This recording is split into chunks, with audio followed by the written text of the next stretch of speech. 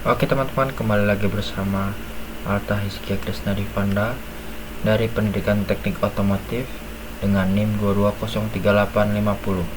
Di sini saya akan menjelaskan mengenai transmisi matic tipe CVT pada kendaraan mobil.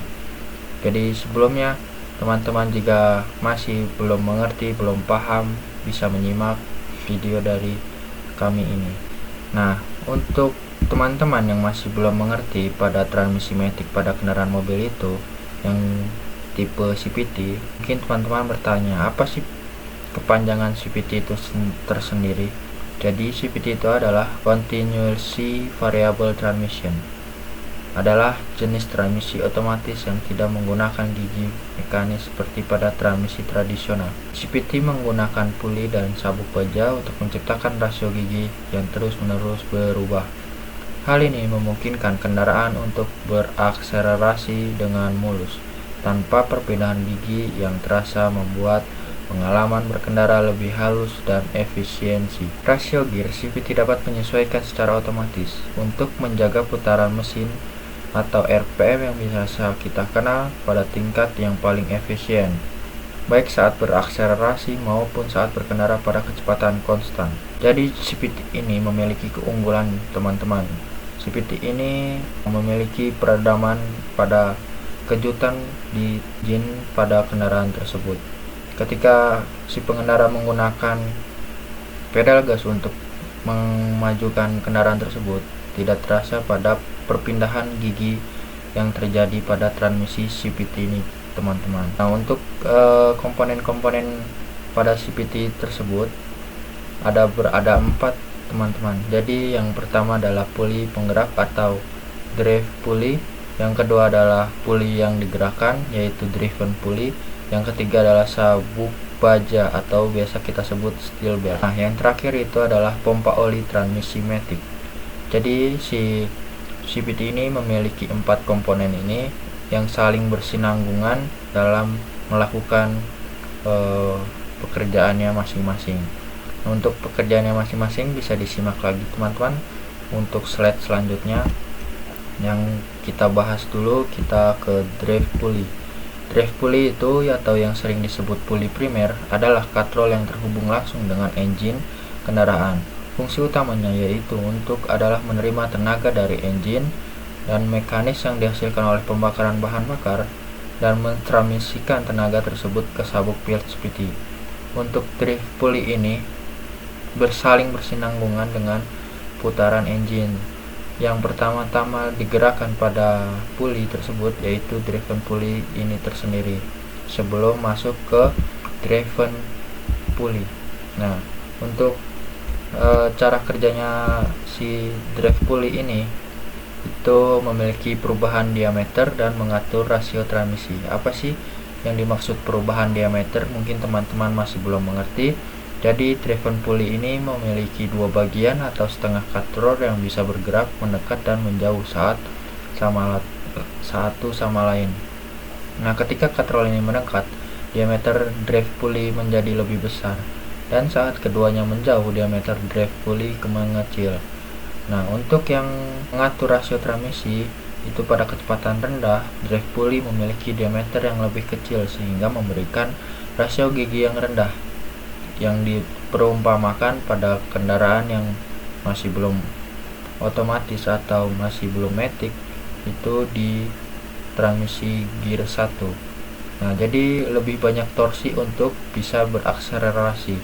Nah, untuk saat kecepatan meningkat, diameter pulley bertambah dan mengurangi rasio gigi dan meningkatkan kecepatan kendaraan tersebut.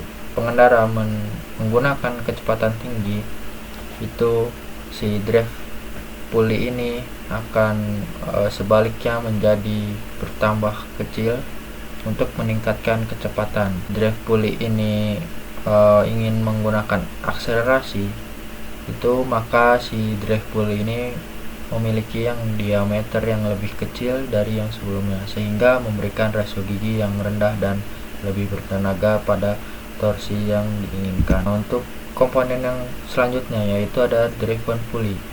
Yang tadi drive pulley dan sekarang driven pulley-nya ya teman-teman atau biasa dibilang kita puli sekunder. Nah, puli sekunder tersendiri adalah katrol yang terhubung ke roda kendaraan. Fungsi utamanya adalah menerima tenaga yang ditransferkan oleh drive puli melalui sabuk dan meneruskannya kepada roda, sehingga kendaraan bisa bergerak maju yang kita inginkan. Sebelum si driven pulley ini bergerak, si pulley terdepan atau disebut drive pulley ini itu akan berputar terlebih dahulu, lanjut disambungkan oleh baja yang biasa kita kenal untuk bisa memutarkan driven pulley ini. Nah, untuk cara kerjanya atau mekanisme kerja pada driven pulley ini, yaitu ada perubahan diameter seperti hal drive pulley yang tadi ya teman-teman. Untuk drive pulley ini juga memiliki dua bagian atau setengah katrol yang bisa bergerak mendekat dan menjauh. Namun perubahan diameter drive pulley selalu berbanding terbalik dengan apa yang ada di drive pulley. Nah, untuk ketika drive pulley membesar, driven pulley mengecil, dan sebaliknya ketika drive pulley mengecil, driven pulley akan membesar, saling bertolak belakang. Untuk yang selanjutnya mekanisme cara kerjanya itu menyesuaikan rasio transmisi. Saat kendaraan dalam kecepatan rendah dan drive pulley kecil, driven pulley yang membesar untuk memberikan rasio transmisi tinggi. Nah, itu juga seperti halnya pada putaran gear 1 pada manual yang membantu memberikan lebih banyak torsi ke roda supaya kendaraan tersebut mampu berakselerasi dengan cepat. Nah, sebaliknya saat kendaraan melaju dengan kecepatan tinggi, driven pulley mengecil untuk mengurangi rasio transmisi dan meningkatkan efisiensi kecepatan. Untuk komponen selanjutnya yang kita tunggu-tunggu ini adalah sabuk baja, yang dimana sabuk baja ini sebagai penghubung antara drive pulley dan driven pulley. Untuk penjelasan drive baja ini, komponen utama dalam sistem transmisi CVT yang berfungsi untuk mentransmisikan tenaga dari drive pulley ke driven pulley melalui katrol keluaran. Nah, untuk mekanis cara kerja sabuk baja ini sangat mudah teman-teman. Jadi si sabuk baja ini dengan bahan baja, bubuk baja yang memanfaatkan perubahan diameter drive pulley yang tadi, dan di driven pulley yang tadi juga untuk mengatur rasio transmisi secara terus menerus. Jadi si sabuk ini hanya untuk penghubung saja teman-teman. Untuk penggantinya seperti pada gear dan rantai yang ada di penjelasan yang lebih lanjut. Ketika kendaraan mulai bergerak atau berada pada kecepatan rendah, driven pulley mengecil, katrol penggerak memiliki diameter kecil. Nah, sabuk baja penggerak di bagian luar drive pulley yang kecil, sehingga rasio transmisi yang dihasilkan pada gigi rendah. Kemudian ini adalah yang paling krusial, yaitu pompa oli, yang dimana jika oli ini tidak naik akan mengalami berbagai macam kerusakan yang seperti pada keausan dan terkikisnya bagian-bagian yang saling bergesekan. Jadi pompa oli ini sangat krusial sekali untuk memompa oli pada transmisi otomatis. Kenapa sangat penting? Dikarenakan bertugas untuk memompa oli transmisi ke berbagai komponen di dalam sistem transmisi itu sendiri. Nah, oli transmisi ini juga berfungsi sebagai pelumas, pendingin, dan media hidrolik untuk menggerakkan komponen-komponen dalam transmisi seperti kopling, sabuk, dan gear. Untuk mekanisme cara kerja si pompa oli tersebut simpel saja ya teman-teman. Jadi pompa oli pada transmisi matic mulai bekerja saat mesin kendaraan dinyalakan atau di starter. Pada pompa oli mekanis, putaran mesin atau poros input transmisi langsung memutar si pompa oli untuk dapat bekerja secara langsung untuk membuat pompa elektrik atau pompa diaktifkan oleh sistem kelistrikannya kendaraan. Untuk pompa mekanis ini bisa disebut ada dua tipe, yaitu ada pompa mekanis dan pompa elektrik. di mana pompa mekanik ini mengandalkan mengambil tenaga dari putaran engine. Ketika engine hidup, poros input transmisi yang terhubung ke engine memutarkan pompa oli untuk memompa oli ke berbagai macam bagian-bagian yang terdapat di transmisi CVT ini. Nah, beda lagi dengan pompa elektrik. Kalau untuk pompa elektrik sendiri tidak tergantung pada putaran engine, dikarenakan si pompa elektrik ini sudah memiliki yang namanya motor atau penggerak tersendirinya yang digerakkan oleh elektronik yang diaktifkan oleh sinyal dari ECU kendaraan dan bekerja secara independen dari engine. Nah, untuk cara kerja tersendiri, si transmisi CVT ini mengubah ukuran efektif dari puli penggerak dan yang digerakkan untuk mengatur rasio gear sesuai dengan kecepatan kendaraan dan kondisi berkendara pada driver tersebut. Untuk ketika kendaraan mempercepat atau memperlambat, puli akan menyesuaikan ukurannya sehingga kendaraan dapat berakselerasi secara halus tanpa adanya hentakan atau jeda pada tenaga yang dihasilkan dalam perpindahan gigi. Seperti pada transmisi otomatis konvensional, ini memungkinkan engine bekerja pada RPM optimal atau sehingga meningkat efisiensi bahan bakar yang sangat cukup efisiensi. Nah, untuk itu teman-teman, transmisi CVT ini juga memiliki kelebihan. Yang pertama itu ada perpindahan gigi yang halus, yang dimana tidak memiliki hentakan saat perpindahan gear atau tenaga yang akan dihasilkan, dan juga ada efisiensi bahan bakar. Kenapa bisa membuat efisiensi bahan bakar? Dikarenakan ketika si transmisi tidak memiliki pergerakan yang sangat mengejutkan dan RPM tidak ngedrop, nah itu mempengaruhi tingkat efisiensi bahan bakar.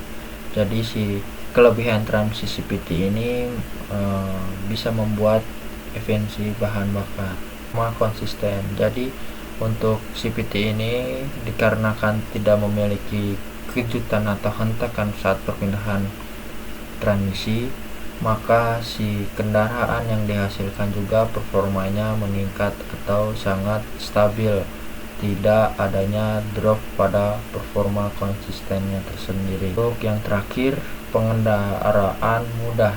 Jadi setiap tipe transmisi memiliki kelebihan dan kekurangan. Untuk yang CVT ini pengendaraannya mudah dikarenakan tuas personal yang berbeda dengan yang transmisi lainnya, yang dimana si CVT ini sangat mudah saat digunakan di jalan perkotaan maupun di luar perkotaan. Untuk kekurangan transmisi CVT ini, kapasitas yang terjadi pada transmisi ini yaitu kapasitas torsinya yang terbatas, dikarenakan desain CVT yang cenderung tidak mampu menangani torsi yang sangat tinggi karena keterbatasan kekuatan sabuk baja itu tadi. Nah, jadi si sabuk baja ini adalah faktor yang masih kurang kuat dibandingkan yang lain-lain.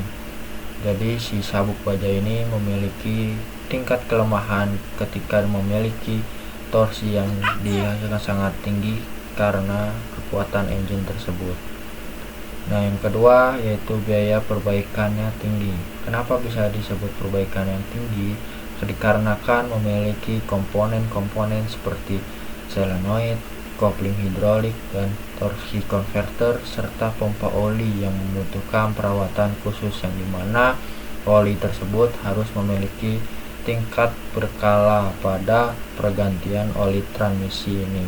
Jika telat penggantian oli transmisi akan menyebabkan yang itu tadi teman-teman, solenoid dan kopling hidrolik itu mengalami kerusakan ataupun komponen yang di dalam gear CVT tersebut. Untuk respon akselerasi pada CVT ini responnya sangat lambat dikarenakan rasio transmisi yang berubah secara kontinuitas atau yang berkelanjutan. Transmisi CVT ini rasio gigi berubah secara kontinu tanpa adanya perpindahan gigi yang jelas. Saat pengemudi menekan pedal gas untuk berakselerasi mendadak, maka sistem CVT memerlukan waktu untuk menyesuaikan rasio gigi yang dipergunakan. Nah, ini adalah perbandingan transmisi otomatis dan konvensional. Yang pertama ada CVT yang di sebelah kiri, dan yang kedua adalah sebelah kanan transmisi otomatis konvensional. Nah, untuk CVT tersendiri rasio gear terus berubah, tidak menetap. Yang di transmisi konvensional yaitu rasio gear tetap.